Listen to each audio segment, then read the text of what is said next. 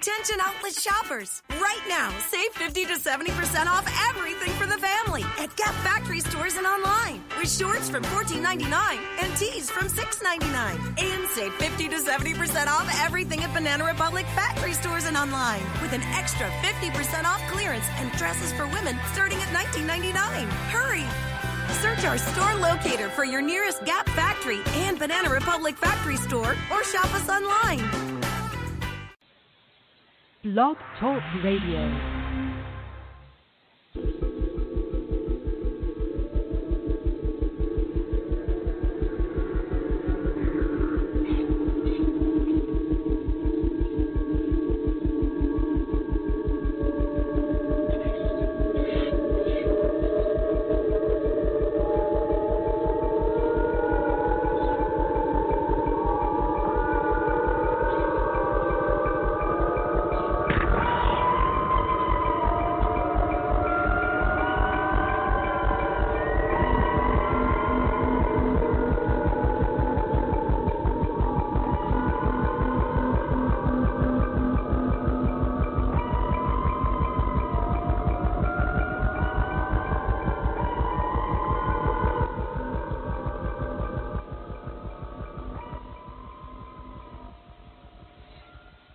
Oh, my goodness.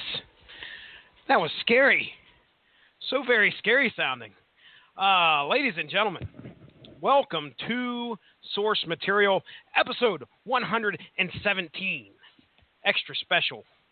Actually, that number means nothing, but it is tonight we celebrate the recent release in the Alien franchise, Alien Covenant, okay? And we're going to do that by discussing a book that came out last year from Dark Horse. Now, Dark Horse has had a hold of the Alien franchise since I can remember. Back in the 90s, they were putting out Aliens books.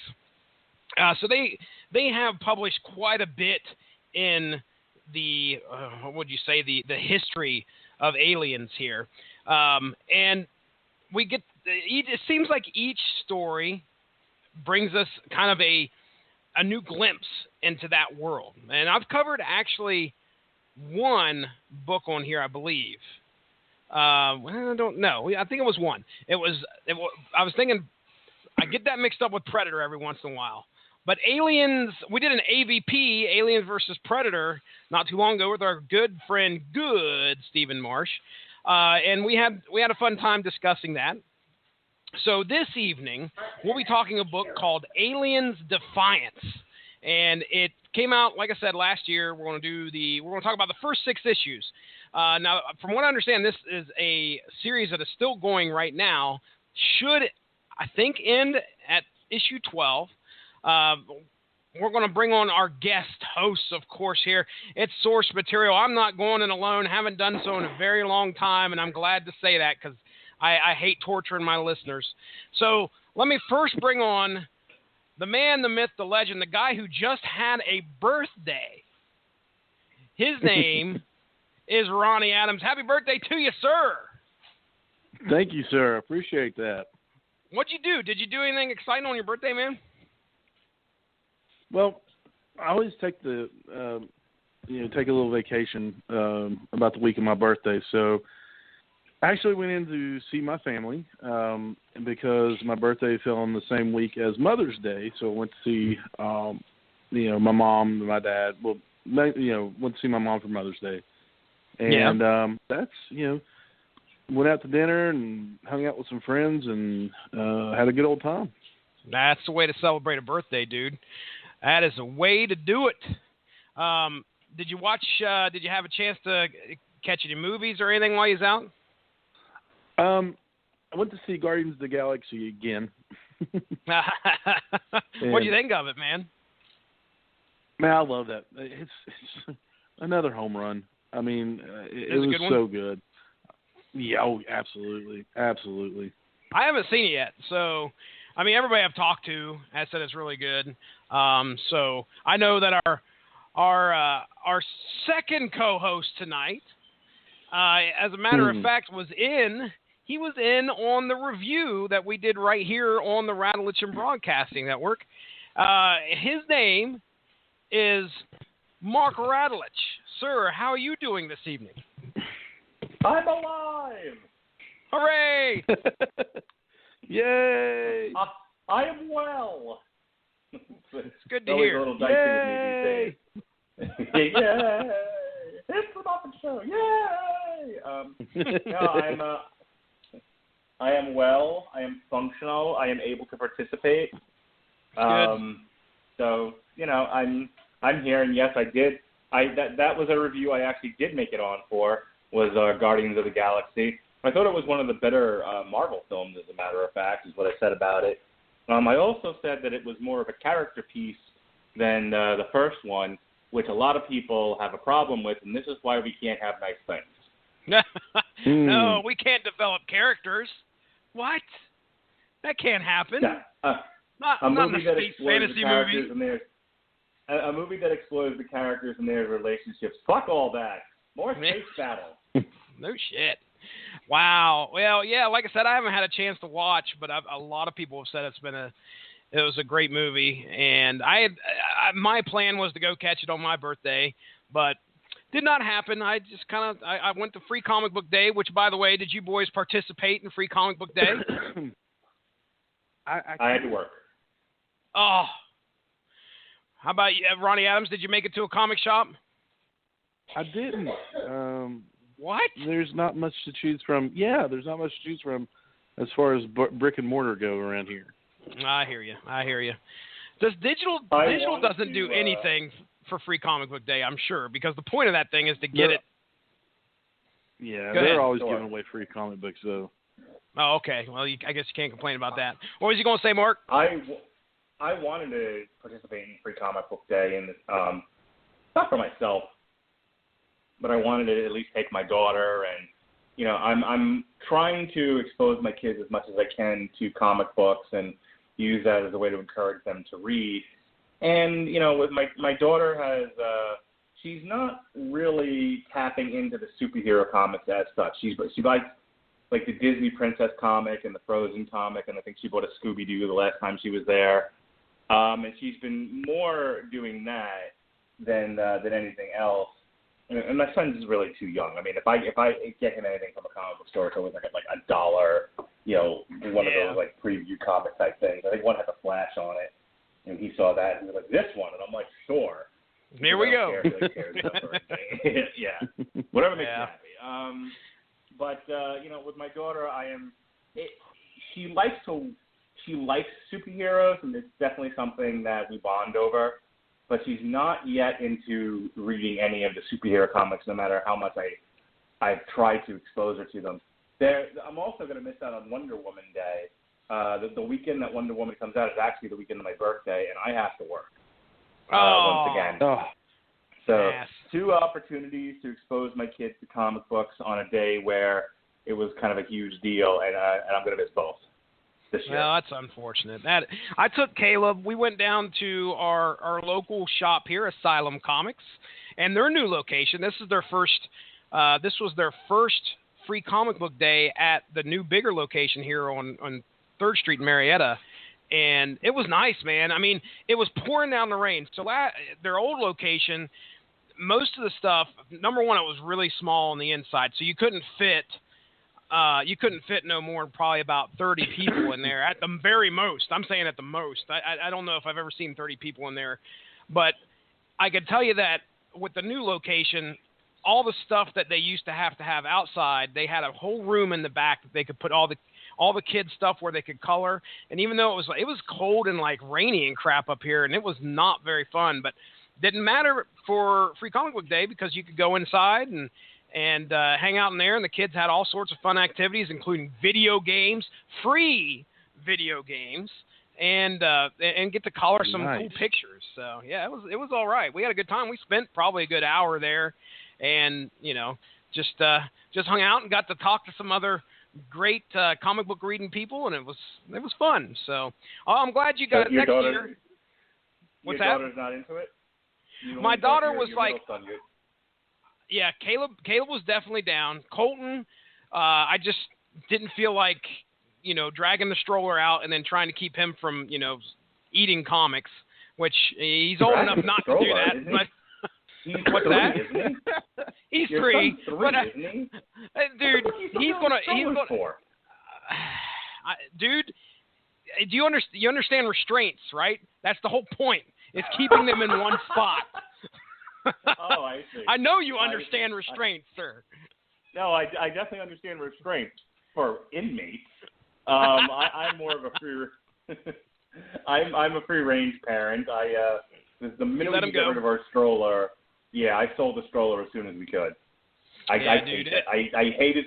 When we got rid of strollers and diapers, I was like, thank God I no longer have babies. And me, and my son is 3, but he's pretty good as far as if I bring him into some place, keeping his hands to himself. Well, how long do you stay in said place, though? See, I think Colton would have had a fun time coloring, but I don't know. It would have been tough. So I was just like, Caleb, you want to go? And Caleb's like, sure. Kira was like, I don't want to go, but please pick me up some comics. And I'm like, okay. So I ended up having to. She wanted me to pick her up a couple anyway, so she definitely had to have the SpongeBob comic. That's been a staple for years, but yeah, she wasn't into. I don't know if she was doing something that day or what, but I think she's growing out of that silly stuff, and it breaks my heart. I never broke my heart more than when she didn't want to go to wrestling with me anymore. We do Remix up here Remix Pro Wrestling happens twice a year. And she did not want, it was about a year and a half ago, she was like, I don't want to go anymore. I'm not interested. And I was like, man, let's stop being all teenager before you're a teenager. Just hang out with your dad for a little bit, for Pete's sake. But anyway, enough of that jazz. I am glad you guys got to get on here tonight. We are going to be discussing Aliens Defiance. And Mark, now we came to this book just because we were looking for something to tie in with the movie release, which is what we do here. Was there anything that stuck out to you when you suggested Defiance other than it was just the most recent Alien story? I mean, I had read reviews on it. Basically anything that sorry, my wife is distracting me with an article that says Antioch father dies after eating nacho cheese. He got botulism. He got botulism. Got botulism from the nacho cheese? I swear I just saw an article on Facebook about somebody being like laid up in the hospital from eating gas station nachos. I kid you not. That was like within the last 2 days. Yeah, that might be. We're talking about the same story. 5 people were hospitalized. My internet is way slow tonight. But 5 people were hospitalized after eating gas station nachos. Oh, dude. And Number one, and one of them was a father. When's the last time, Ronnie Adams, you ate anything from a gas station, like off of the grill or in a bun? Was that recently, or has that ever been ever? No. Every time I walk I've done into it. one. Every time I walk into one, ladies and gentlemen. Are you serious? Gas station burritos. That's been my new favorite thing lately. Is the Are gas you station kidding me? burritos? But no, dude, I love gas station food. You, sir, are. I gross. live off gas station food. Okay. Gross. Thanks, Ronnie. You sicko. What? Well, do you have a preferred gas station you go to? Is it Speedway like we have up here, or what is it down there? 7-Eleven. 7-Eleven. Okay, yeah. that's a staple. Wawa. If it's going to be one, it's going to be 7-Eleven. But I mean, back in the day, I would eat a gas station hot dog in a New York Minute, and slather it down with that cheese on it. But now I'm like, I don't know. I don't touch the cheese. I don't eat the cheese. If I get anything off like the gas station grill, it's one of them cheeseburger big bites, which they don't even sell anymore. So I rarely even do that much. But I'm more into like the sandwiches or the salad. Like I've been getting, that chicken salad sandwich that's like cut into triangles. I get those. Gas station burritos, I get those. That's what I'm into these days. For a while, I have not. The chicken Caesar salad wrap. I've never partaken, so I guess I'm going to have to join the club, I guess. I don't think I've ever ate anything hot. It's not a club you have to join. No. Well, I would it's figure definitely... that you'd have to stake out, like, okay, this is the busiest place, so you know they got the freshest stuff, hopefully. Because, I think just Sans one guy botulism. dies of botulism doesn't mean every gas station is serving poison. Well, no, but it makes you a little leery. Yeah. Not me. Kind of makes you worried. Well, look, I wasn't going to eat any of the nacho cheese anyway, so I think we're safe. Anyway, okay, all right. So, back to Aliens Defiance. Before I buy anything, or before I suggest anything, oh, look, Alabama's selling with a Charlie Daniels band. God damn it. Turn off the computer right now. Wait. What now? Oh, God, it's called the Southern Drawl Tour. Southern Drawl. Wow. Now, I'm not into country music, but Charlie Daniels? And Charlie Daniels? Yeah, I could get into that. Yeah, I would go to that. Hey, Melissa, you want to go see Alabama and the Charlie Daniels band? Shit, in Tampa?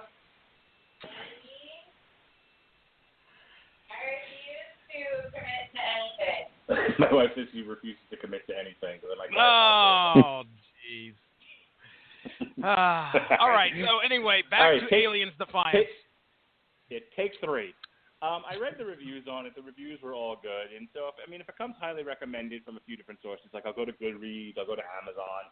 Yeah, for the most part, I'm seeing nothing but good reviews, and it meets the criteria for the topic that we're trying to synergize with.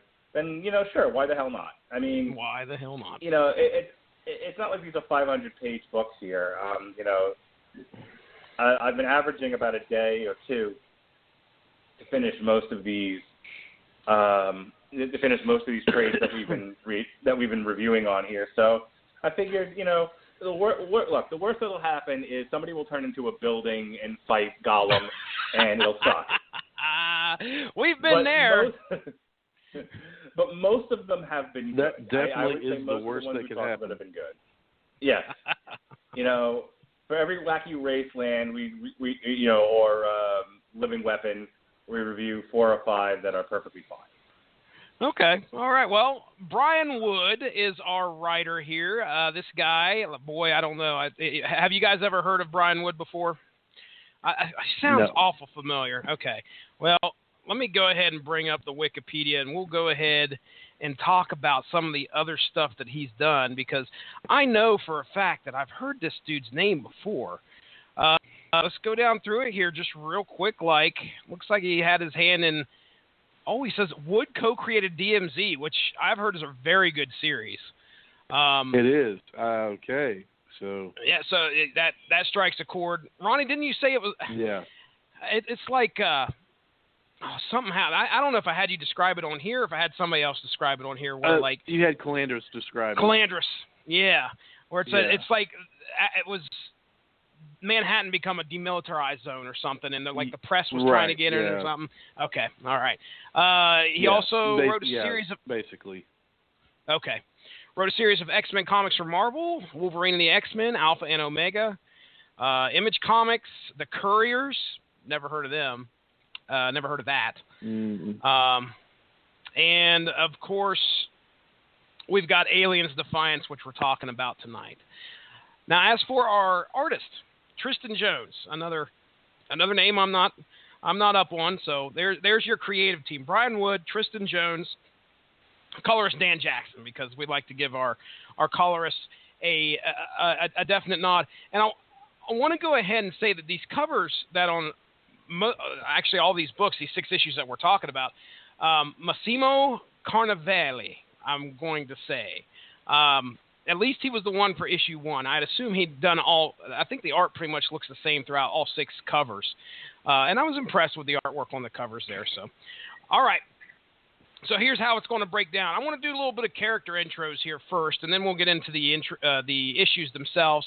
We're going to do the standard breakdown. I'll do the synopsis of the issues, and then I think I'll take the first talking point, and then I think Ronnie's going to take the second talking point of the second 2 issues, and then Mark's going to round us out after I give the synopsis of issues 5 and 6. But first off, let's talk about our main protagonist here real quick, Zula Hendricks. She is a Colonial Marine, which you guys are going to learn. If you're not familiar with the Alien franchise, you're going to learn a little bit about the Colonial Marines tonight. Also, we want to talk a little bit about the Weyland-Yutani Corporation. Mark, you got your best, non-spoiler description of the Weyland-Yutani Corporation? They are the corporation of the future. They are the corporation that funds all of these exploration missions, these colonization missions that have been a part of the Aliens films. They were the ones funding the mining operation that Ripley and her first set of team members were on in the very first Alien movie. I don't think people remember that first mission. They were carrying it was some sort of mining operation. They were carrying some sort of ore, some sort of huge refining machine on the ship, uh-huh. And they happened to have heard a signal that brought them to the ship that had the space jockey on it, and ultimately the eggs that attacked Kane, and there we go. Yeah. But that's the Weyland-Yutani Corporation. Once they learned of the xenomorphs, whenever it was they've learned them, and now the aliens' timeline's a little cockeyed these days. But whenever it was they learned of the existence of xenomorphs, they have been obsessed with every subsequent movie with bringing the murder beast, as Sean calls them, Sean Comer, back to Earth to study to use as a biological weapon. It never goes well. The last time they tried it was, if you count this as canon, and it's debatable whether or not it's canon at this point, is Alien Resurrection, where they actually had, I think, 3 aliens on board, and they were training them to be weapons, and it was all going very, very well until the aliens rebelled, killed one of their own, used it to escape, and then proceeded to tear apart the ship.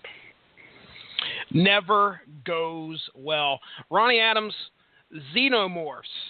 Okay, it's a strange name for an alien when you could just call them the aliens, but hey, xenomorphs, that's the technical term. Why don't you give our listeners your description of what these xenomorphs look like, and just what kind of makes them the murder beast that they are? Well, a physical description, you can't. I mean, oh my gosh, they have an elongated skull. They're wiry. They're huge, but even for that, they look. Their arms are a little skinny. It seems like their head, like I said, it's huge. They have they open their mouth and another mouth shoots out of it. The inner mouth. The inner mouth. It's actually considered a tongue. Yeah, what'd you say? Considered a tongue, I guess. It's a tongue. That's with a another tongue? mouth on it. Oh, come on. Nasty. All right. They have acid blood, acidic blood that can burn through just about, anything. It'll burn through multiple levels of any, space shuttle, spaceship, whatever that it's in. So if it's on top of you and you happen to wound it, or the far bet is kill it, you're still screwed because it will bleed on you and you will still die. They're usually all black. One of them looked like Sigourney Weaver at one time, I think. One of the aliens looked like Sigourney Weaver? No. No, you're talking again Alien Resurrection, and it was Yeah. the Queen gave birth to an alien that had human features. Right. That looked like Sigourney Weaver? It didn't look like Sigourney Weaver. It looked like a sad puppy. Oh, no. Alien Resurrection was not good. No, it was not. Was that was, Alien 3? Was that the one we covered in 4. Wizard number 8? No. Okay. No. All right. Alien 3 is the one with the dog alien on the prison planet. Oh, yeah, that's right. All right. So they're terrifying to look at. I mean, even in the first one, when you don't see it, you don't see really good up close. You do, but it's shadowed. It's you kind of have to guess. They're still terrifying. So they're absolutely horrible. You can't really see any eyes on it. And it's basically it seems like its only function, its only reason to live is to destroy. Yeah, and breed and has no make more skills. of these things. Yeah. Yeah, well, and just about anything. Can I add to that? Go ahead, Mark. Go ahead. Well, what Prometheus and spoiler alert. Okay, folks, if you haven't seen Alien Covenant yet and you don't want any spoilers, just turn this off now because I'm about to spoil everything. Ronnie, you could take your headset, put it away, and I'll message you when he's done. Well, I'll probably forget it. All right. David created the xenomorphs, which started basically the xenomorphs came from the black goo and a lot of crossbreeding. But ultimately, David from Prometheus, who was the paranoid android, created after he murders Shaw in between movies. By the way, he used her body and a bunch of other parts and created the eggs that created the face huggers, and it's the face huggers that finally bring us the finished xenomorph form. So you have neomorphs and you have the Deacon, but these are all precursors to the xenomorph that you meet in Alien and you see in Aliens and so on and so forth. There are different kinds of xenomorphs, like I said, and it really depends on what they pop out of. Some examples of this would be the dog alien from Alien 3, because the facehugger jumped on a dog, and there you have it. So you have the xenomorph cross with a dog thing. You have the predalien, which is the xenomorph cross with a predator, which we see at the end of Alien versus Predator, and then is the big muckety-muck of Alien versus Predator Requiem, which, again, may or may not be canon, depending on how much of a stickler you are to those pieces of shit movies. But basically, to reiterate, the xenomorphs started out as black goo. And the black goo, what we learned from Prometheus, is basically a biological weapon set to just destroy. When the engineers want to destroy the life that they create, this is what they use to do it. And what you'll find out in Alien Covenant is they are hoisted by their own petard where the alien goo is concerned, the black goo. So I won't say anything more than that. But okay. That's where the xenomorphs come from. Let me tell you, I want to share this, Ronnie. I don't know if I shared this on Screaming Boy a while back or not, but I sat down one night, and it was after Prometheus had left theaters, went to Redbox, or so I could get the DVD. And my wife had went to bed, and I was like, I want to watch this Prometheus. I had no idea what it was about. All right, so sit down. Did you know it was connected? Did you know it was at least connected to the Alien franchise? You went in that. You have no clue the elation and the scream I let out at the end of the movie when it was like, holy shit, it's the aliens. And I was like, this is unbelievable. I had no clue going into the movie until I reached the very end and saw what had happened. I was like, wait a second. Things are looking, oh, my gosh, no way. Yes. I went into Prometheus with no knowledge whatsoever. It was the coolest fucking ending to a movie I'd seen in a long time. But okay, well, we got to remember that species of xenomorph is called the Deacon, and it's not a xenomorph proper. It's like a precursor. Yeah, this is this occurred. This was a precursor to all this stuff. I believe it or not, I actually gathered that, and very interesting stuff. Because there is a lineage. And Mark, man, didn't you say you read some of the Aliens comics back when you was younger? Yeah. Yep. When I was reading comic books in high school, I read a lot of the Alien stuff. I still remember, and I don't remember what it was called, but there was one particular Alien comic where they actually go to like the alien homeworld. And again, this has all been since written out of canon. But what they believe is the alien homeworld. This is just a world full of xenomorphs, and like this group of scientists like set up, like they land and they immediately erect the shield, and the next panel it's every xenomorph ever climbing, just trying to get through this energy shield to get at these scientists. It looks cool as shit. Scary as shit, but cool as shit too. Yeah, nice. Just imagine like an invisible dome covered in xenomorphs.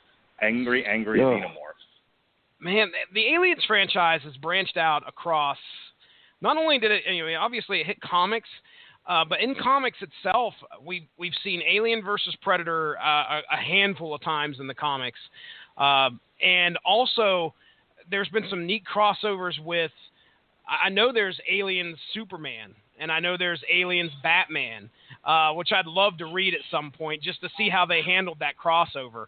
And I think, if I remember correctly, there is a Terminator Predator Aliens, or maybe it's Terminator RoboCop Aliens. I'll have to look that up. It might be all four franchises, Terminator, RoboCop, Aliens, Predator. So Dark Horse had a fun time taking all those properties. Yeah, dude. I'd love to read it.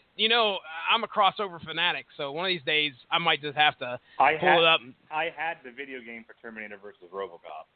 Nice. Yeah, and they did an AVP video game that came out in the 90s, I think. And it was really popular. I can remember my buddy playing it on the computer, and I was like, man, this looks really good, because you could be either a Colonial Marine, a Predator, or an Alien, and being able to walk on the ceilings and shit like that. I was like, oh man, this looks awesome. Never played it though. I just watched my buddy play it, and then that's how it goes. But all right, let's get into the story here. One other person, or one other character, I guess, or character type I should bring up. Mark kind of mentioned the synthezoids. Weyland-Yutani has these robots that are androids that usually are dispatched along with the Colonial Marines to kind of help things. So just imagine, just like your regular old guy, it looks like you and me, except underneath, and sometimes unbeknownst to the Colonial Marines themselves, if I remember correctly, in the last AVP that we covered here on source material, it was kind of up in the air as to whether one of them was a synthezoid. And I think that happens in Prometheus as well. But regardless, that's your idea of who the synthezoids are. They're robots that know their stuff, and they're usually sent there to help out the Colonial Marines. All right. Drum roll, please. Here we go. We're getting into issues 1 and 2 of Aliens Defiance. Now, Mark, I really wanted to cue you up for like a Deep Space Nine Defiant joke here, but I couldn't find it. So you're just going to have to you're just going to have to deal with the fact that I couldn't I couldn't let you slip your nerdhood in there this evening. But anyway, Aliens Defiance 1 through 6. I'm going to start with the first 2 issues here. We are introduced to the Colonial Marine Zula Hendricks. She's the sole human amongst a division of synthezoids called the Davises. The Davises. As they are investigating a salvage derelict ship. I'll say that again. They are salvaging a derelict ship called the Europa. Now, what happened to the crew? Well, you guessed it. The ship was ravaged by the xenomorphs. During a battle with the xenomorphs, Hendricks is hit and collapses and is moved to stasis for over. Next thing you know, she's waking up. I have no idea. There's nothing that other than, I guess, it like shows her kind of blacking out, and then she wakes up, and it's been 20 days has passed. And when she awakes, she finds out that the original mission of salvaging the ship and bringing it back, the original mission was salvaging the ship and bringing it back to Earth's orbit. It didn't go as planned. When she asked if the orders had changed, because they aren't going back to Earth like they were originally planning to, a specific synth by Davis 1 tells her that he has decided not to follow the order given by Weyland-Yutani and that he plans to go and kill the aliens before Weyland-Yutani can get them. Now, remember what Mark was talking about, how Weyland-Yutani wants to get a hold of these aliens, bring them back and do some genetic mumbo-jumbo with them and maybe clone, use them as turn them out for a profit. Well, one of the synthezoids has decided to break orders and go against its own programming. So now we realize that these drones on the ship are actually disobeying Weyland-Yutani orders, and they plan to go and kill these aliens before Weyland-Yutani can get them. Almost unheard of. So that's kind of issue 1. That's your big cliffhangers. You find out that, oh crap, he's gone off the grid. What's going on? Now, issue 2, we get a little bit of a backstory on Hendricks, who it's kind of alluded to in the first issue where she's having some trouble with her legs, Lieutenant Dan. She has legs, but they don't work so well. Oh, my goodness. Hey, whatever. She can't. Something happened. She got hurt. She got hurt in a battle, and she was transported, I think, to the medical bay. They worked on her, and then she's able to use her legs, but she has to have these treatments. So she's getting special treatments in order for her to be able, nerve treatments, whatever it is, to where she can walk. It's some kind of spinal trauma, I guess. Now she's worried. She's worried of what the synths would think. Remember, she's the only human that's amongst all these robots, and what she doesn't want to do is make these robots think that she can't function correctly, because then if that's the case, then they won't need her. But she's, of course, one tough mama. She's a Colonial Marine, for Pete's sake. She gets up. She's able to walk with what they were able to do with her there on the ship. And they're heading on their way to station LV 4440, which is apparently a base on its way to the planet that they're heading to. Davis apparently realizes that sorry, I sent a message.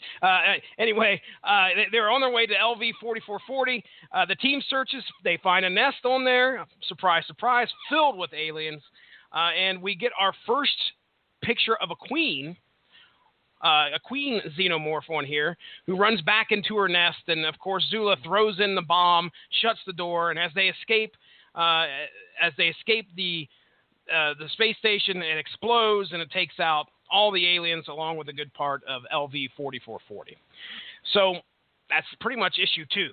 Issue 1 is our introduction, and of course their first run-in with the aliens happens in amongst issue 1, and then of course Zula's real big introduction to the Queen and her mettle, I guess we would say, as she's able to take out that first alien. And that's issue 2 of this. So, okay, talking points here. I mean, I'm trying to think of when I first read these issues, one of the things that stood out to me was the fact that she was the only human amongst all these robots that they sent up. So I guess really, I mean, Ronnie, I'll ask you, clearly, do you think that was on purpose? Because, why only send up one human? Well, I think she said at some point, what did I do to you have to ask yourself what I did to draw this assignment or something like that, didn't she? Probably. Unless I'm making that in my head. But you got to think to yourself, who'd she take off? Because, or either that or she's really good at her job. Or is it supposed to be a cake mission because, she's hurt? But it's definitely something that, in my mind, you wouldn't want to be a part of because something's not right. Yeah, when you're going up and you're the only human being amongst all these synthezoids, I don't understand. I wouldn't trust Weyland-Yutani as far as I could throw them. Of course, if they're going to throw money at you to do these things, and it's not like I assume it's not well known amongst everybody that this corporation has been corrupt for so long or whatever. But Mark, you got anything you got anything to add to that? Is there, I don't know why anyone works for this company. They are constantly selling out their employees to try to. I mean, they keep doing it. They did it in the second Aliens movie. They did it in the first Alien. Now that I'm remembering, Ash had who was the synth on that mission, had orders once they discovered an alien to get a sample of the species home, at the cost of the crew. It's like Weyland-Yutani, fuck the people. We want aliens. That's their motto. And how is this not a known thing? Like, here, fill out your W-2, fill this out. Oh, and here's this waiver that says that if we find a xenomorph in space, you're fucked, pal. Not really wild about this, but you're the best gig in town, so I guess I'll sign up. It's just a weird thing, this franchise. Yeah.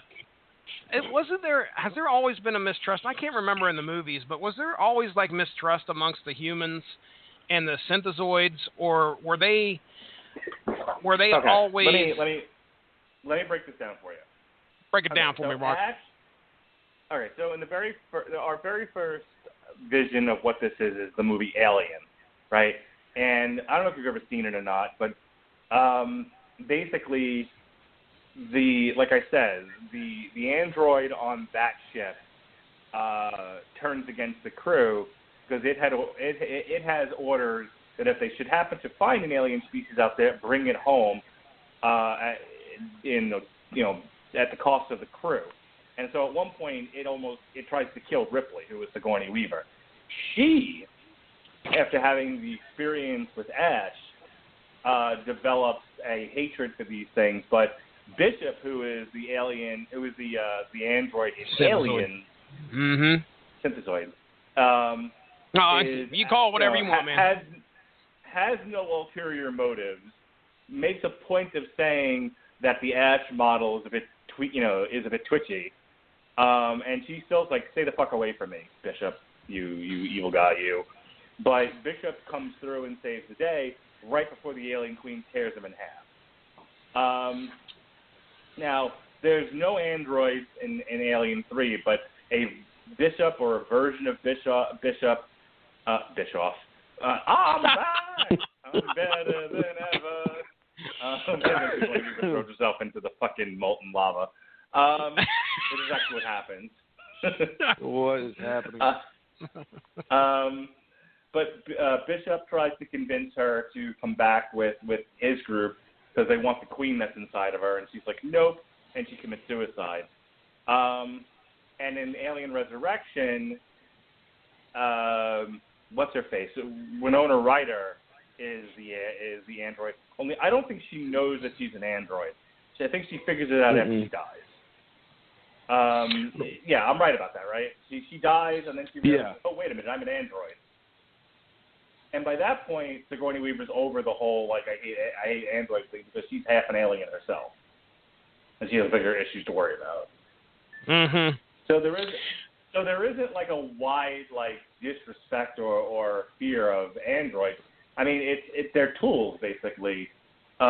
She, in particular, her character happened to have had one bad experience with an android, and it sort of colors her perception of them in subsequent movies. But that's not. I would not say that is a universal thing with characters in this franchise.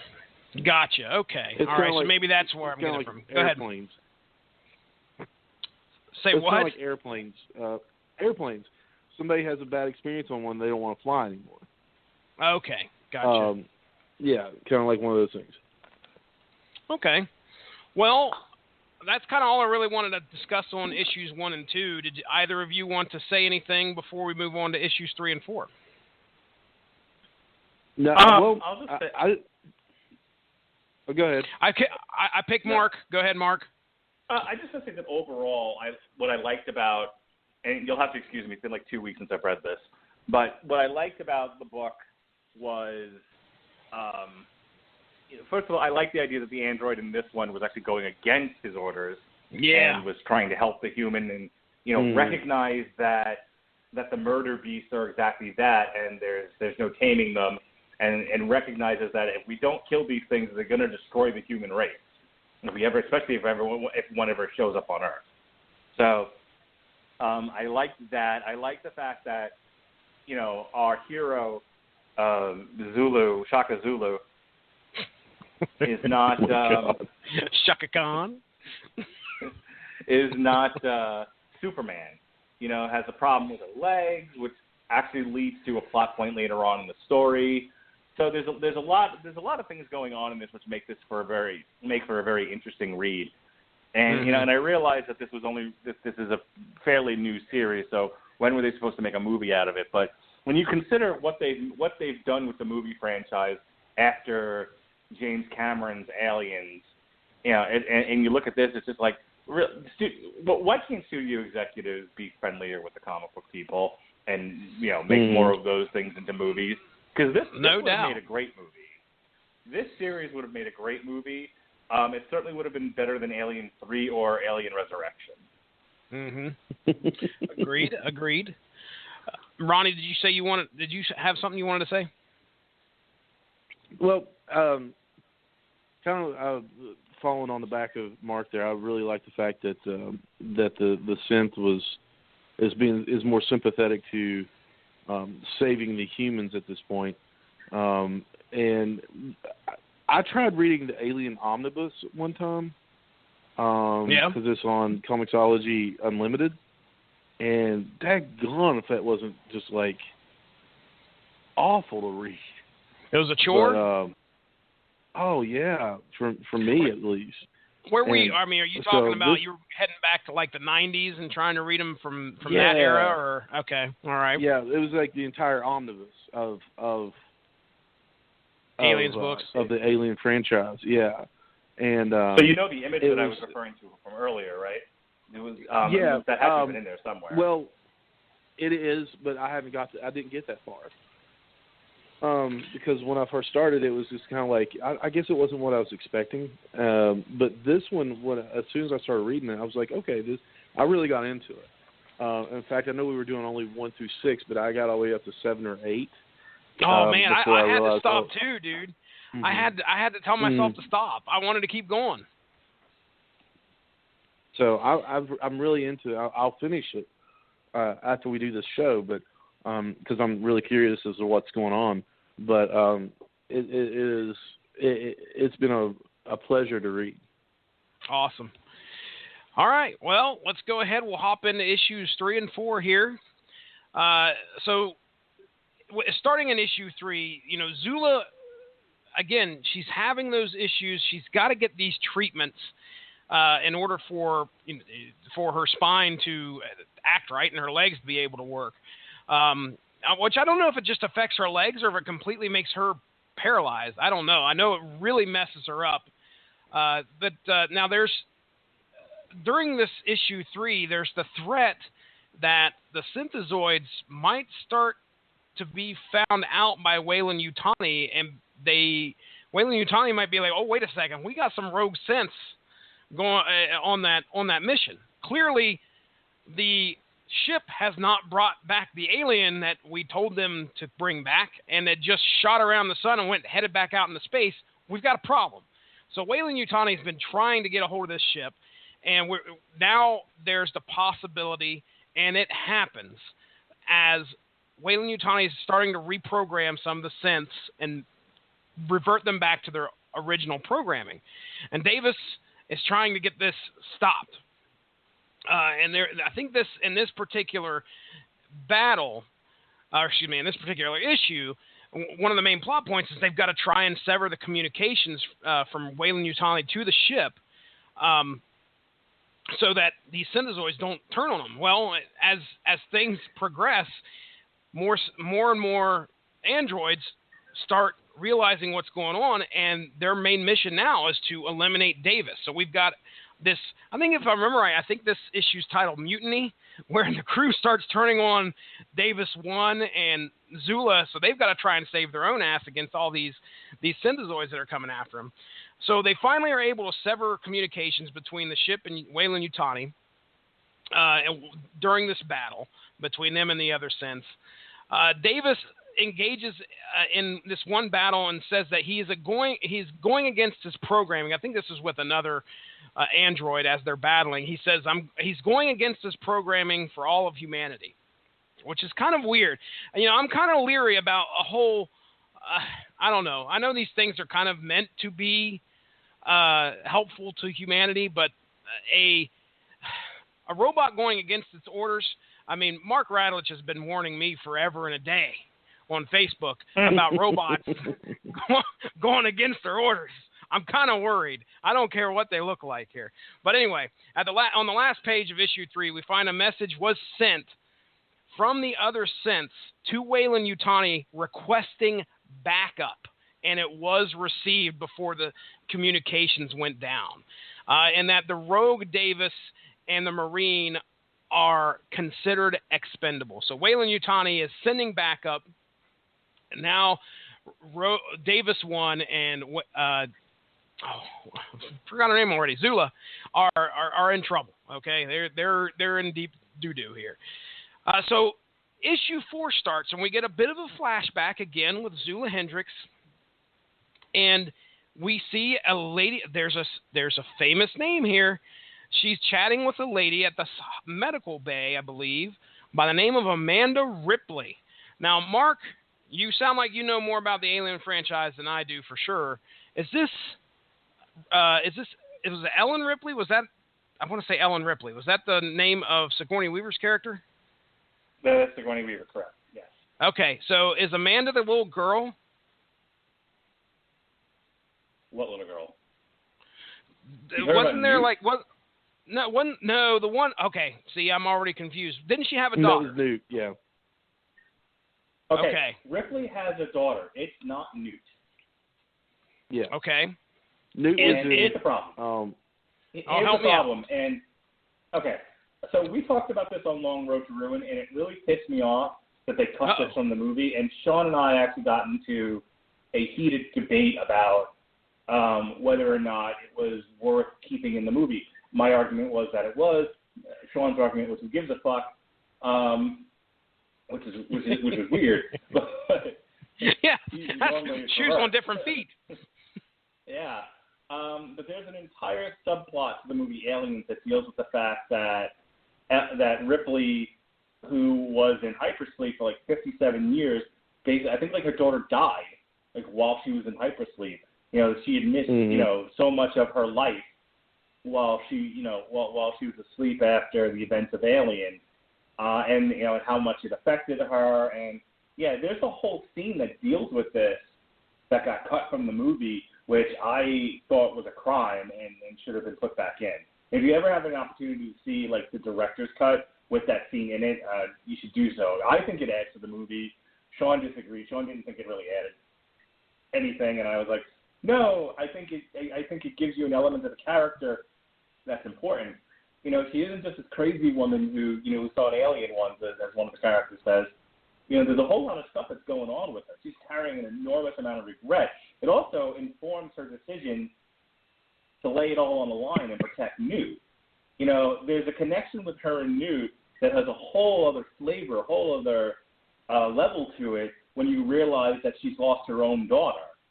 And she's she's trying to almost impose that relationship on Newt, who at first is like, fuck off, lady. You know, they're dead, all right, can it go now? Great accent on that little kid.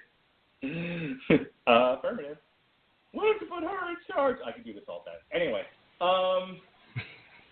so yes, she in the movies had a daughter who died by the time the Weyland-Yutani Corporation found her. Okay. Hopped on to the Alien Anthology Wikia page here. Now, folks, we're diving deep into this, but as soon as you see a name like Ripley, you're like, oh, how does this tie into our movies and so? Amanda Ripley McLaren is the daughter of Ellen Ripley. She was 10 years old when her mother disappeared following the loss of the Nostromo. 15 years after her mother's disappearance, Amanda was contacted by the Weyland-Yutani employee Samuels, who gave her information regarding her mother's possible whereabouts. Amanda joined the search team to locate her mother, which eventually led her to Sevastopol, a decommissioned trading space station. Okay, now I'm looking at this, and there is a picture here. This has to be from a video game. So I assume that this is, her story's probably told a little bit in the video game series. Regardless, she makes an appearance here in our 6-issue series, Aliens Defiance. Now, so we've delved into who Amanda Ripley is, even though she has like 2 or 3 panels in this whole 6 issues. But regardless, we kind of get an idea that she had contacts with Amanda Ripley. Now, Zula engages in another battle, and she gets a little bit.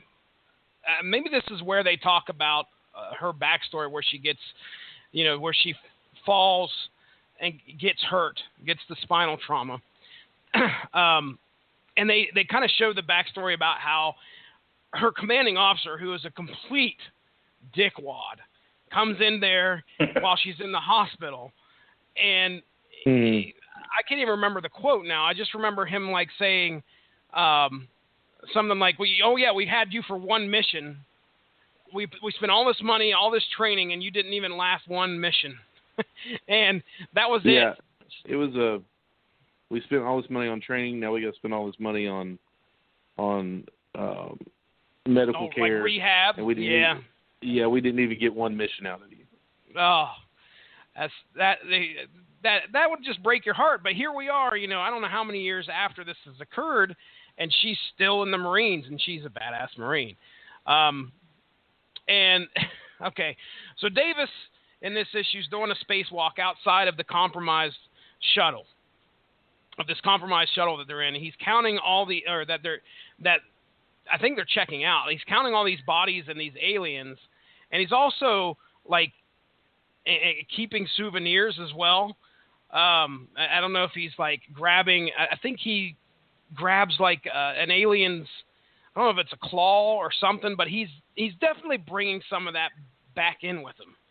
Now, at the end of this issue, Hendricks is contacting her daughter on here's the air quotes, folks, safe, secure channel, because she has to have her treatment for her spinal. So her doctors reached out to her. She's checking like her messages or something. Her doctors reached out to her and said, look, you need to contact me. Let me know what's going on. Your spine is not doing so hot. We need to talk.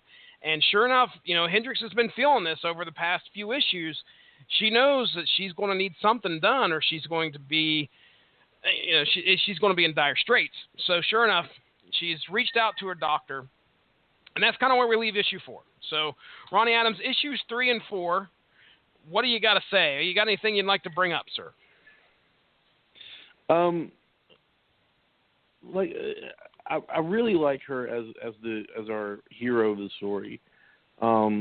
Just like you said, she's not Superman. She's got her flaws, and they make reference to that several times. When I think it was in these issues. I've got to go back and look.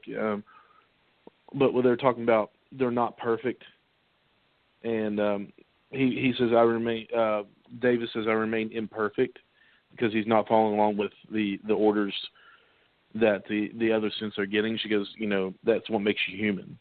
Or, that's what makes you human. Mm-hmm. And so it brings back, the flawed hero, the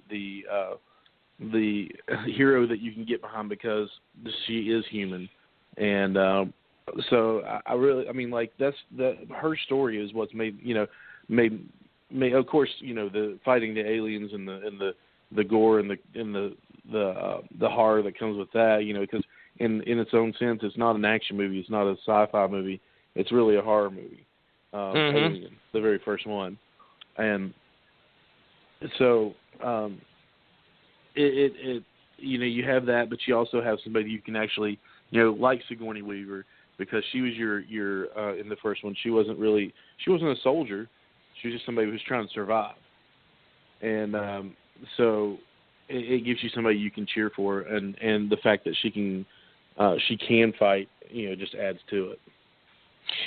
Yeah, you really start to see at the end of issue 4 the weakness that a human has. When you start to fail and you start to fall apart, even though she's on this very important mission, and that's kind of, now she's kind of involved in this whole, she's involved in this whole thing with the rogue android, but as soon as she starts to understand that she cannot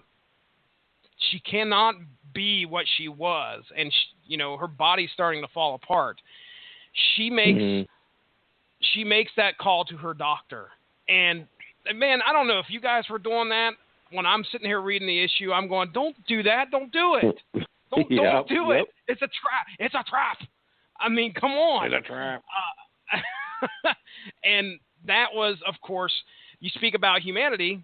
Well, there's her flaw. The fact that she feels that this is something that she needs to get taken care of, or she's no longer going to be able to be the Marine that she is.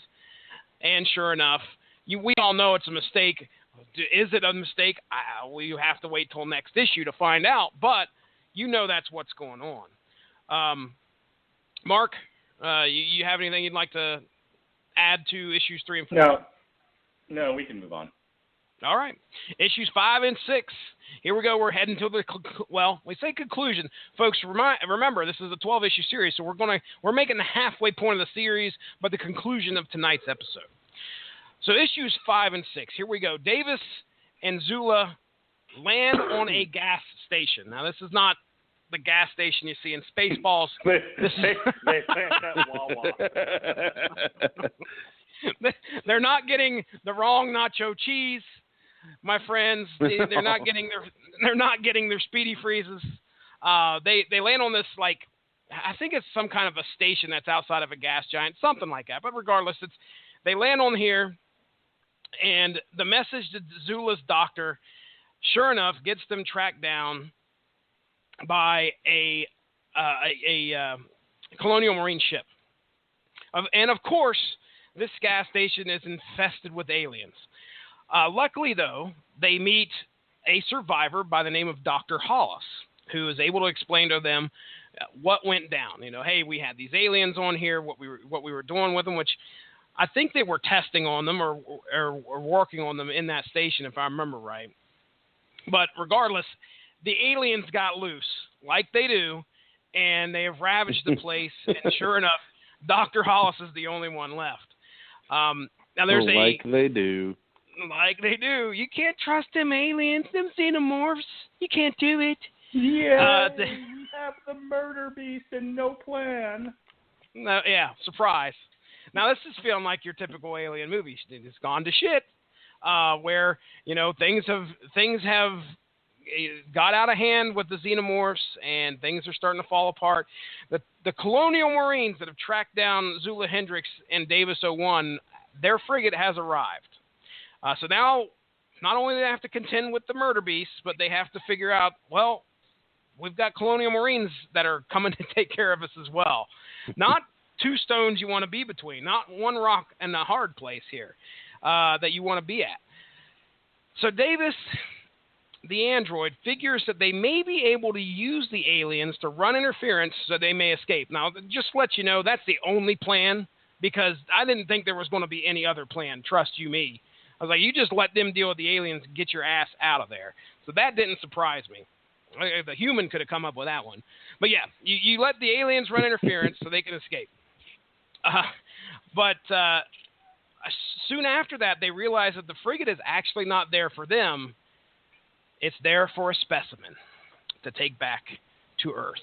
So we've got trouble, folks. Of course it is. Of course it is. That's where issue 5 ends, and where we get into issue 6, we have the Great Escape, as a containment protocol is initiated on the base, and we have doors closing rapidly. Folks, you've seen this in just about every space movie. The doors are closing. You got to get through. You got to do a barrel roll. Get underneath the door. Help your friends. Your friends laying on the ground. Grab them. Drag them through the door before it closes. These doors are closing rapidly. They're getting to section after section. The heroes are trying to get through them. But Zula's back injury starts acting up during the run. Dr. Hollis tries to help her up and then falls down. Gets her through the door, but Dr. Hollis is left behind, and she's attacked by some face huggers. Oh, the face huggers have shown their face. Yeah.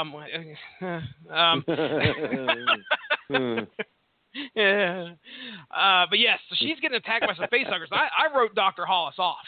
She's dead. That is not, no. Our heroes come to the rescue of Dr. Hollis, get the door open, get her out of there, and Hollis then divulges that Weyland-Yutani can indeed clone the xenomorphs if they had a specimen. So now it is important that these Colonial Marines don't make it back with a specimen. And if I remember correctly, the beginning of this issue 6, is it's Zula Hendricks targeting this space frigate. And then they, of course, like 24 hours earlier, they show you what's going on here that I'm describing. But anyway, so if the Colonial Marines make it back with a specimen, of course there's going to be trouble, and Zula has to make sure that doesn't happen as she destroys the escaping dropship with some torpedoes. Now our final panel shows Dr. Hollis. She's not feeling too well. I don't know what she ate, but she's got to go to the you go to the gas station, you get the nachos, you go to the med bay, you get looked at.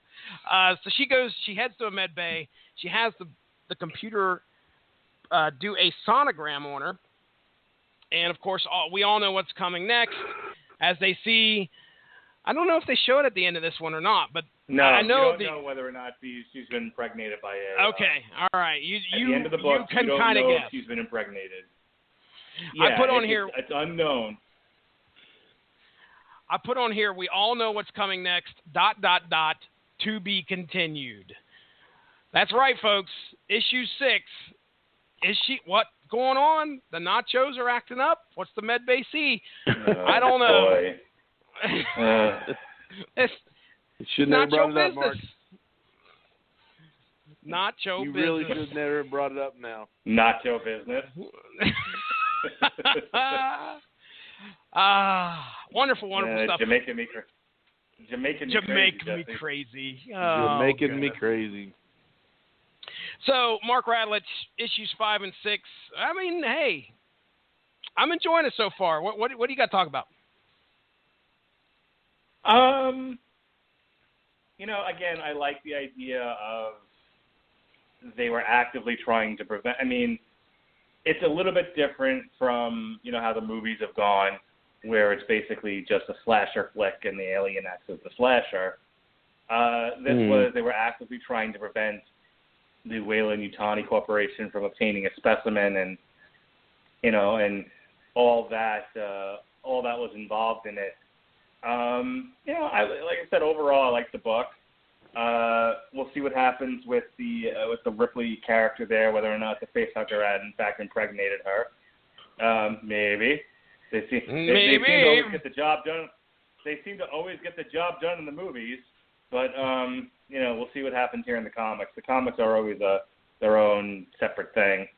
I don't have a whole lot to add besides that. I mean, like I said, I finished the story like all in one shot, like while I was waiting for my kid to finish with his little preschool class.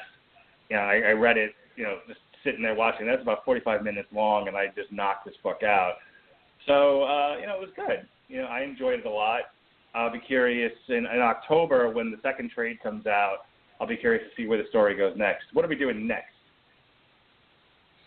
What are we doing next? Like, as in our next book that we're going to cover next week? No, I just felt like saying something that my son says all the time. Oh, okay. What are we? Well, what are we doing next? What are we doing next? I'm just perusing through like issue 5 here, and Ronnie, you mentioned gore. Hoo-wee, Mr. Poopy Butthole. What? What's season happening 2? Now? Season 2, Rick and Morty. Mark Radlich. I know I'm going to make you watch season 1, Rick and Morty, at some point. So you'll enjoy. You enjoy it's season on 2. my What's Hulu watch list. You sound so excited. He's excited, folks. Listen to that excitement. All right. So anyway, issue 5, where the aliens are going through and wiping out. It looks like they're wiping out the Marines. There's one part where the freaking tongue with teeth goes through the back of some dude's skull and out the front. I mean, there is some nastiness that happens in this, and it's not overcome with gore, but man, when somebody dies, that's for sure. But if he dies, he dies. Well, if he dies, he dies. He dies. I mean, well, if he dies, he dies. The page before that, one dude is getting ripped in half.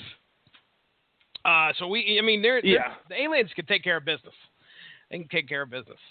All right, Ronnie Adams, final thoughts here on the Aliens Defiance issues 1 through 6. No, other than the fact that I'm going to continue reading, and until it's done, it's been a good read. I mean, like, I've really enjoyed it. I'm a big aliens fan anyway. I've done a little bit of research here and there, not as extensively as some, but I've seen Prometheus and whatnot. But I've really, really, really, really enjoyed this. I mean, it's been a fun ride, and I'm really excited to see where it goes next. Yeah, I think they're on issue 10 or 11 right now. 11, I think. Is it 11? Okay. So they're just about to wrap this up. And, I mean, I'll give props to Brian Wood for writing a pretty good story here. I've enjoyed it so far. It does have all the elements of a typical alien movie. Already mentioned the gore. You got Weyland-Yutani, which, by the way, I know I said I was going to mention this, but earlier today I was listening to Stuff You Should Know, which I have caught up. I listen to podcasts a lot while I'm at work. So just to toot my own horn, I've listened to close to 70 podcasts in about 3 weeks of Stuff You Should Know, just to catch up from last year to this year. And today was one of the coolest fucking podcasts I heard them do ever, which was fan theories, okay? Crazy fan theories. And specifically, Weyland-Yutani came up, and you guys wouldn't believe why. And tell me if you guys have heard this fan theory or not.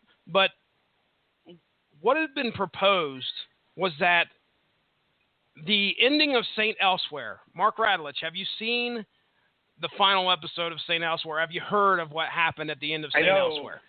I know, like, famously, it was all like a dream. And it was all, it's the kid looking at like a snow globe or some shit. Yeah. And I'll share. I will share, once I find this on the internet, I'll share this theory. Because I certainly don't remember all the specifics. But yes, some kid wakes up and the whole show has been a dream inside this kid's head as he looks into the snow globe. Tommy, gosh darn it. I can't remember his name, Tommy something. But what they have proposed, what has been proposed, is that over 400 shows have been all taken place inside this kid's mind, because they have this theory called the 6 degrees of separation from Tommy whatever. And what they've done is they have been able to tie all these shows into St. Elsewhere in some fashion, including Weyland-Yutani, which has been brought up on Weyland-Yutani has been brought up on Firefly and also the series Angel. And there are a couple other actual movies I think they had listed on the Wikipedia. So I thought that was very interesting. Weyland-Yutani, my friend. I've watched all of Angel Firefly? and Buffy and everything. I've watched the whole season of Firefly, and I don't remember that. Okay. Maybe I wasn't paying close attention, but you know how Wolfram and Hart. Yes, Wolfram and Hart.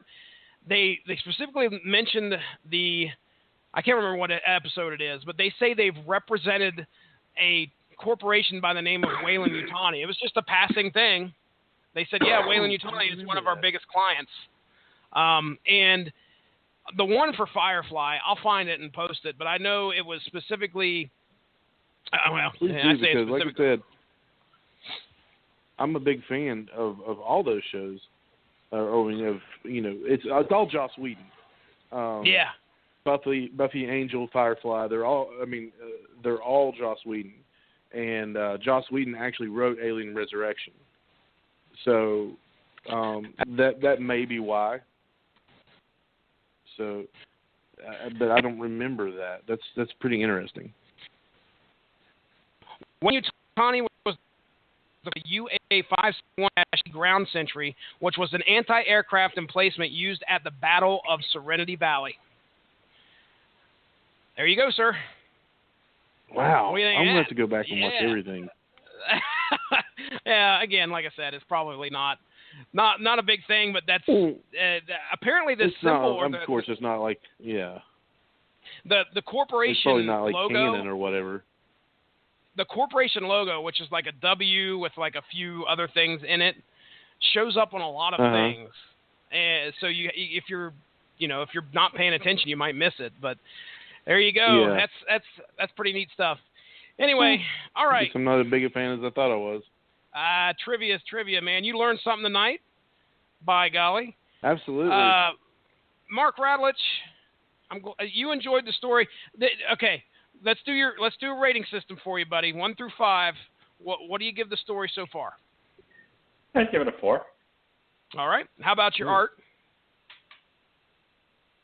I could actually follow the art and knew what was happening, and nobody turned into a building. So I give it a 4 as well. All right. Standard. I didn't want to nobody turned into a building review. The artist. I didn't want to punch the artist. That was a plus. Didn't want to give him names such as Ham Sandwich, and we made progress. All right. So, Mark Radlich, since we're still on you, buddy, let's go ahead. We'll get into plugs, unless you guys have any other burning desires to discuss on this story. I'll take that as a no. All right. Mark Radlich, please, plug, sir. All right. So tomorrow night on Damn You Hollywood, hopefully, maybe, probably, I will be on with Robert Winfrey. I apologize for missing last week's King Arthur review. I was on the verge. I was very sick, and I was on the verge of vomiting, so I bailed out on that at the last second. I was kind of hoping it would all pass by the time the show began. It was like the Flash was just about over, and I was not well. I was like, all right, I need to quit this. Mm-hmm. I'm not well. I want to go for a walk. So with that being said, but I'm doing much better now. I'm doing much better today. So there shouldn't be any reason why I'm going to miss tomorrow. And we'll be reviewing in full Alien Covenant. I kind of talked a little bit about it earlier. And, overall, just, if you're listening to this podcast and you want a sort of a preview of what all I thought about it, there was a lot of potential for a really good Alien movie here, and instead it was a lot of like half measures and unexplored ideas, and then attacked on we gotta have the alien chasing them through a ship endings. You know, it was just annoyed the shit out of me. I mean, if all you want in an alien movie is to have some chick running around in her underwear being chased by an alien, and then at the end they blow it out the airlock like they do in every alien movie, except for the third one where they weren't in space, they were on a planet, then whatever, it's fine. If you're looking for something a little bit different, if you're looking for something a little bit more challenging, a little bit more interesting, you're not going to find it in this movie. You will, however, find a lot of answers to Prometheus. So, if you left that movie like I did, confused as fuck, you will find answers, and they may or may not be satisfying themselves, but at least they're there. Like I said, spoiler alert: David creates the aliens. The Xenomorphs. Damn you, Hooray! Yeah. Now, why he does that, I will leave that to you to figure out when you see the movie. But that's where we are, and we'll talk at length about that tomorrow on Damn You Hollywood at 9:00. And then Wednesday is the Metal Hammer of Doom. We'll be reviewing Dragon Force, the new album. Now, we were supposed to actually do an on-trial for Prometheus. We were supposed to do an on-trial last week for Contact. Sean's having some personal issues. So between his personal issues and my health, we've just decided to take a break from on-trial till June. In theory, we're going to pick it up again with Superman Returns the week that we're reviewing Wonder Woman. Like I said, in theory, at this point, like I said, with Sean, with his situation, and me with my dicey health, I'm not making any promises. But that's the plan. All right, Ronnie Adams, my man, my right-hand man, yes, with the plan. What's the haps? What's the haps? I am, like I've said before, down one computer right now. It should be in my possession once again very, very soon. Hopefully soon. But so we have not been able to put anything out on iTunes just yet. But you still can catch us raw, unedited, and full of flavor on YouTube. And we just put out Josh Clanders is on there. We just did our Mystery Science Theater 3000 visit where they released Mystery Science Theater 3000 The Return. I'm a big MST 3K fan. I have been since high school. So I was really looking forward to this, and it didn't disappoint. So please go in there, look for it, and on YouTube. Josh Clanders, big fan as well. Spoiler alert: he does have a couple of drinks during the middle of it, so be ready. I don't think I should be a spoiler for alert. that. So we have that, and we've got some other things that are going to be coming up as well, but mainly because the computer is out of action right now. I'm having a few technical difficulties, but which is good. I mean, not good. It's good in the sense of to take a step back and reorganize and get things going, solid again. So we've got that. We've got, Facebook, Twitter, Instagram, the whole nine. I'm actually, if I can set my phone up just right, I'll probably be doing, I just got a Loot Crate today. I'll probably be doing my first Loot Crate, opening, soon, unboxing. Probably not going to be, I've already peeked at it. It's probably not going to be the best unboxing to start with, but still got a really cool T-shirt out of it.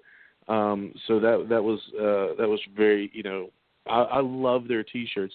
In fact, I noticed something when I went, like I said, took a little vacation to see my family and stuff.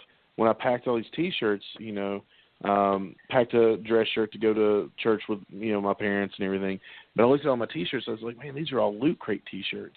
So they put out some really cool T-shirts, which I've my last one was Power Rangers T-shirt. I've got an F Society shirt on right now from Loot Crate. So I should be doing that soon. Awesome. Mark, what do we got coming up on Monday?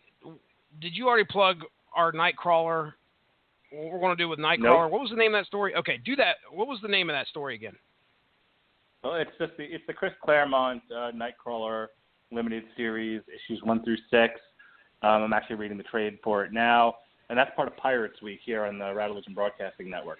We're going to be looking at Nightcrawler. That's going to be Monday. Tuesday will be our review of Pirates of the Caribbean, Dead Men Tell No Tales. Wednesday is the new Ailstorm, No Grave But the Sea. Thursday, Ronnie and I are going to do a TV party tonight and discuss the Stars series, Black Sails, Season 1, first 8 episodes. Yeah, we are. What a weird show that is. Such a good show, though. It's a well done, it's a well crafted show. They say fuck a lot on it. They do, yeah. There's a lot of boobs. There's a lot of boobs and a lot of use of the word fuck. That's what I'll tell you about that show. Not a show to put on with your child. Well, keep your 3-year-old out of the room is what I'm going to tell you. And then on Friday, Ronnie Adams and the Streaming Boy Network is going to give you their pirate show. And what are you going to be talking about in your pirate show, Ronnie? Why pirates are cooler than ninjas? Have you ever seen, if you haven't, you need to watch it and talk about it on your show, the Ask a Ninja review of Pirates of the Caribbean 2? Oh, my gosh. I have the Ask a Ninja book, my friend. That'll do you. Wow. Really. I just rewatched that again. I will periodically watch that because it makes me laugh so hard. Like, to this day, I'll still bring it up, and it'll like you cross that with a bucket of chicken. Oh. So good. That's something I've missed for a long time. Now I'm going to have to go back and watch it. Dude, I was going to say, man, I can remember when Kira was little and watching Ask a Ninja with her, and that was like probably a year or two after like YouTube got really popular. Oh man, that's some great stuff. Great stuff. I've never really watched anything else by Ask a Ninja, but the Ask a Ninja review of Pirates of the Caribbean is still one of the funniest things I've ever seen on YouTube. All right. Well, I'll get into my plugs here. Ladies and gentlemen, go give that Radulich Broadcasting Network Facebook page a like to stay up on top of all the great podcasts that we have to offer. You can find all sorts of shows there. We got MMA shows. We have comic shows. You're listening to one right now. Shows on comic books. We talk metal. We talk all sort movies. Hey, movies. You like any of those things? You can find that on the network. Absolutely go check it out. Source Material does have a YouTube page, so if you're interested in checking out some of the YouTube content that we have, just type in hashtag Source Material on there, and you can find us there pretty easily. Radulich Broadcasting Network is on Blog Talk. It's on iTunes. It's on Stitcher. It's on TuneIn Radio. And thanks to our good buddies over there at W2Mnet.com, we are on Spreaker as well. So if you have a Spreaker account, you can find it. You can type in Radulich there, and you'd be able to find most of the shows that our good buddy Sean Garmer is able to post, and check it out. We're doing the same thing with some of his shows. He's got a lot of wrestling content that's been dropping on the network lately. I hope you guys have been enjoying that. Plus, hey, we were just able to get our good buddy Stuart Lang's Press Start podcast up on the network today. It says it was on there Saturday. Let's pretend I got it uploaded Saturday, okay? It's there though. Let's put it it's there. Video games. We talk video games on this network. So hey, but other than that, I really don't have a whole lot else to plug. You can follow me at Stiznarkey on Twitter if you do so wish. Also, Source Material Twitter is at SourceMattCast. And all I ask here is that my good buddy Ronnie Adams and my good buddy Mark Radulich, number one, has a great night, and I want to thank them for joining me here. But I want to also request that they stick around for at least a minute as we play our outro.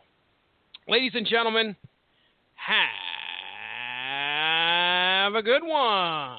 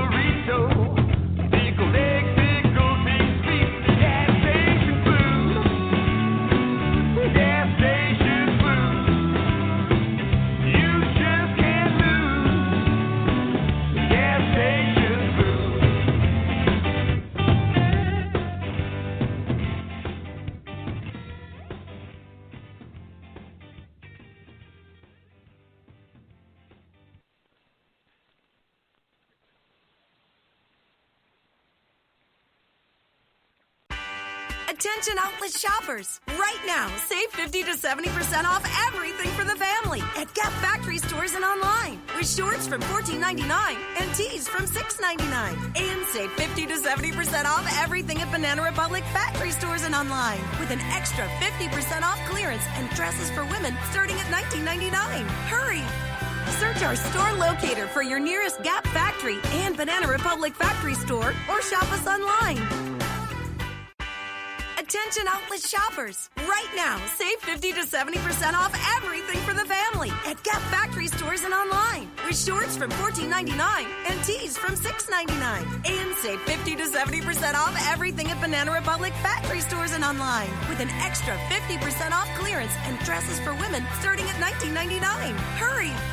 Search our store locator for your nearest Gap Factory and Banana Republic Factory store or shop us online.